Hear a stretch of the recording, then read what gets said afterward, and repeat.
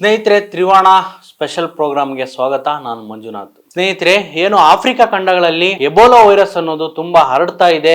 Uganda, Congo, Sudan ದೇಶಗಳಲ್ಲಿ ಇದು 144 ಜನರನ್ನ ಬಲಿ ಪಡೆದಿದೆ. 650ಕ್ಕೂ ಹೆಚ್ಚು ಜನರಿಗೆ ಇದು ಏನು ವೈರಸ್ ಹರಡಿದೆ. ಸದ್ಯಕ್ಕೆ ಆಫ್ರಿಕಾ ಖಂಡದಿಂದ ಭಾರತಕ್ಕೆ ಬರ್ತಕ್ಕಂಥವ್ರನ್ನ ಭಾರತದ ಹೆಲ್ತ್ ಡಿಪಾರ್ಟ್ಮೆಂಟ್ ಕೆಲವು ಸೂಚನೆಗಳನ್ನ ಹೊರಡಿಸಿದೆ. ಅವ್ರನ್ನ ಯಾವ್ಯಾವ ರೀತಿ ಚೆಕ್ಅಪ್ ಮಾಡ್ಬೇಕಂತ ವಿಮಾನ ನಿಲ್ದಾಣಗಳಲ್ಲಿ ಅವ್ರನ್ನ ಚೆಕ್ಅಪ್ ಮಾಡ್ತಾರೆ. ಅದೇ ರೀತಿ ಅವರು ಆಫ್ರಿಕಾ ಖಂಡಗಳಿಂದ ಬಂದ್ರೆ ಅವರಿಗೆ 21 ದಿನ ಕ್ವಾರಂಟೈನ್ ಆಗಿ ಒಂದೇ ರೂಮ್ ಅಲ್ಲಿ ಅವ್ರು ಇರಬೇಕು ಅನ್ನೋದನ್ನ ಹೊಸ ರೂಲ್ಸ್ ಗಳನ್ನ ತಂದಿದ್ದಾರೆ.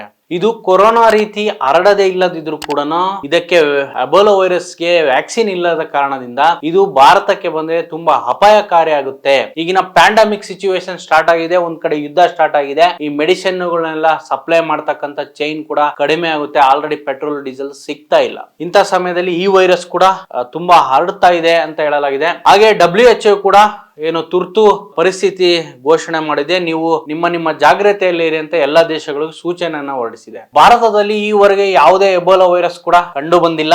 ಮುನ್ನೆಚ್ಚರಿಕೆ ಕ್ರಮವಾಗಿ ಮೇ 28ಕ್ಕೆ ನಡೆಯಬೇಕಿದ್ದ ಭಾರತ ಮತ್ತು ಆಫ್ರಿಕಾ ಫೋರಂ ಶೃಂಗಸಭೆಯನ್ನ ಮುಂದಕ್ಕೆ ಹಾಕಿದ್ದಾರೆ. ಯಾಕೆಂದ್ರೆ ಅಲ್ಲಿಂದ ಬರ್ತಕ್ಕಂಥವ್ರು ಬಂದು ಏನಾರ ವೈರಸ್ ಹರಡಿದ್ರೆ ಪ್ರಾಬ್ಲಮ್ ಆಗುತ್ತೆ ಅಂತ ಇದನ್ನ ಮುಂದಕ್ಕೆ ದೂಡಿದ್ದಾರೆ. ಇದು 2019ರಿಂದಾನೇ ಎಬೋಲಾ ವೈರಸ್ ಇದೆ. ಅವಾಗ ಕೂಡ ಇದು ಭಾರತ ದೇಶ ಈ ಎಬೋಲಾ ವೈರಸ್ ಅನ್ನ ಟಾಪ್ 10 ವೈರಸ್ ಗಳಲ್ಲಿ ಇದನ್ನು ಕೂಡ ಆಡ್ ಮಾಡಿದೆ.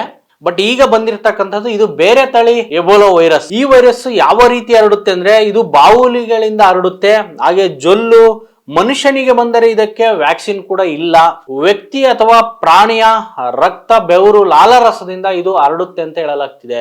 ಹಾಗೆ ಸೋಂಕಿತ ವಸ್ತುಗಳನ್ನು ಮುಟ್ಟೋದ್ರಿಂದ ಕೂಡ ಈ ವೈರಸ್ ಹರಡುತ್ತೆ ಅಂತ ಹೇಳಲಾಗ್ತಿದೆ. ಗಾಳಿಯ ಮೂಲಕ ಸದ್ಯಕ್ಕೆ ಇದು ಹರಡುವುದಿಲ್ಲ. ಹಾಗೆ ಈ ರೋಗದ ಸಾವಿನ ಪ್ರಮಾಣ 50% ಇದೆ.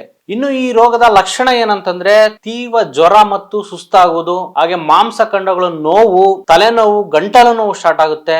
ಅದೇ ರೀತಿ ವಾಂತಿ, ಚರ್ಮದ ರೋಗ, ಹಾಗೆ ದುದ್ದುವಿಕೆ, ಏನು ದದ್ದು ತರ ಬರುತ್ತಲ್ಲ ಅದು ಕೂಡ ಆಗುತ್ತೆ ಅಂತ ಹೇಳುತ್ತೆ. ಕೆಲವು ಸಂದರ್ಭಗಳಲ್ಲಿ ಗಂಭೀರ ಪ್ರಮಾಣಗಳಲ್ಲಿ ಆಂತರಿಕವಾಗಿ ಬ್ಲೀಡಿಂಗ್ ಆಗೋದು, ಹಂಗೆ ಬಾವೆ ಕೂಡ ಬ್ಲೀಡಿಂಗ್ ಆಗೋದು ಅಂತ ಹೇಳಲಾಗ್ತಿದೆ. ಸದ್ಯಕ್ಕೆ ಕರ್ನಾಟಕದಲ್ಲಿ ಮುನ್ನೆಚ್ಚರಿಕೆ ಕ್ರಮವಾಗಿ ಏರ್ಪೋರ್ಟ್ ಗಳಲ್ಲಿ ಈ ಆಫ್ರಿಕಾ ಖಂಡಗಳಿಂದ ಏನ್ ಬರ್ತಿರ್ತಕ್ಕಂಥ ಪ್ರಯಾಣಿಕರನ್ನ ಚೆಕಿಂಗ್ ಮಾಡಿ ಅವರನ್ನ 21 ದಿನ ಕ್ವಾರಂಟೈನ್ ನಲ್ಲಿ ಇಡತಕ್ಕಂತ ಕೆಲಸವನ್ನ ಮಾಡ್ತಾ ಇದ್ದಾರೆ. ಅದೇ ರೀತಿ ನಮ್ಮ ಹೆಲ್ತ್ ಮಿನಿಸ್ಟರ್ ಗುಂಡೂರಾವ್ ಏನಿದ್ದಾರೆ ಅವರು ರಾಜೀವ್ ಗಾಂಧಿ ಇನ್ಸ್ಟಿಟ್ಯೂಟ್ ಮತ್ತು ಹಾಸ್ಪಿಟಲ್ ಅಲ್ಲಿ ಅಲ್ಲಿ ಕ್ವಾರಂಟೈನ್ ಮಾಡುವುದಾಗಿ ಹೇಳಿದ್ದಾರೆ. ಅದೇ ರೀತಿ ಮಂಗಳೂರಿನಲ್ಲೂ ಕೂಡ ಒಂದು ಹಾಸ್ಪಿಟಲ್ ಅಲ್ಲಿ ಕ್ವಾರಂಟೈನ್ ಅನ್ನ ರೆಡಿ ಮಾಡಿದ್ದಾರೆ ಮುನ್ನೆಚ್ಚರಿಕೆ ಕ್ರಮವಾಗಿ.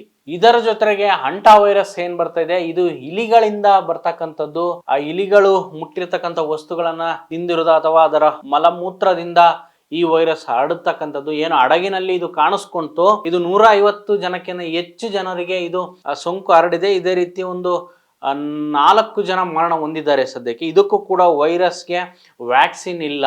ಮುನ್ನೆಚ್ಚರಿಕೆ ಕ್ರಮವಾಗಿ ಡೆಲ್ಲಿಯಲ್ಲಿ ನಡಿಬೇಕಾದಂತ ಆಫ್ರಿಕಾ ಮತ್ತು ಭಾರತದ ಶೃಂಗಸಭೆಯನ್ನ ಮುಂದಕ್ಕೆ ಹೂಡಿದೆ. ಅದೇ ರೀತಿ ಆಫ್ರಿಕಾ ಖಂಡಗಳಿಂದ ಏನ್ ಬರ್ತಕ್ಕಂಥ ಪ್ರಯಾಣಿಕರನ್ನ ನಿಗಾ ವಹಿಸಲು, ಹಾಗೆ ಹೆಲ್ತ್ ಡಿಪಾರ್ಟ್ಮೆಂಟ್ ಇಂದ ಏನ್ ಬೇಕೋ ಅದನ್ನೆಲ್ಲ ಮುನ್ನೆಚ್ಚರಿಕೆ ಕ್ರಮವಾಗಿ ರೆಡಿ ಆಗ್ತಾ ಇದ್ದಾರೆ. ಸದ್ಯಕ್ಕೆ ಅಲ್ಲಿಂದ ಬರ್ತಕ್ಕಂಥ ಫ್ಲೈಟ್ ಗಳನ್ನ ತಡೆ ಹಿಡಿದ್ರೆ ಬೆಟರ್ ಅನ್ಸುತ್ತೆ. ಅದೇ ರೀತಿ ಆಫ್ರಿಕಾ ಖಂಡಗಳಲ್ಲಿ ಏನು ಭಾರತದವರು ಇರ್ತಾರೆ ಅವರನ್ನು ಕೂಡ ಭಾರತಕ್ಕೆ ಬರಬೇಕು ಅಂತ ಸೂಚನೆ ನೀಡಿದೆ. ಸದ್ಯಕ್ಕೆ ಇಂಥ ಪ್ಯಾಂಡಮಿಕ್ ಟೈಮ್ ಅಲ್ಲಿ ಈ ಹೊಸ ವೈರಸ್ ತುಂಬಾ ಹರಡ್ತಾ ಇರೋದು ತುಂಬಾ ಜನರಿಗೆ ಆತಂಕ ಸೃಷ್ಟಿ ಮಾಡಿದೆ. ಸದ್ಯಕ್ಕೆ ಇದಕ್ಕೆ ಬೇಗ ವ್ಯಾಕ್ಸಿನ್ ಅನ್ನ ಕಂಡುಹಿಡೀಲಿ.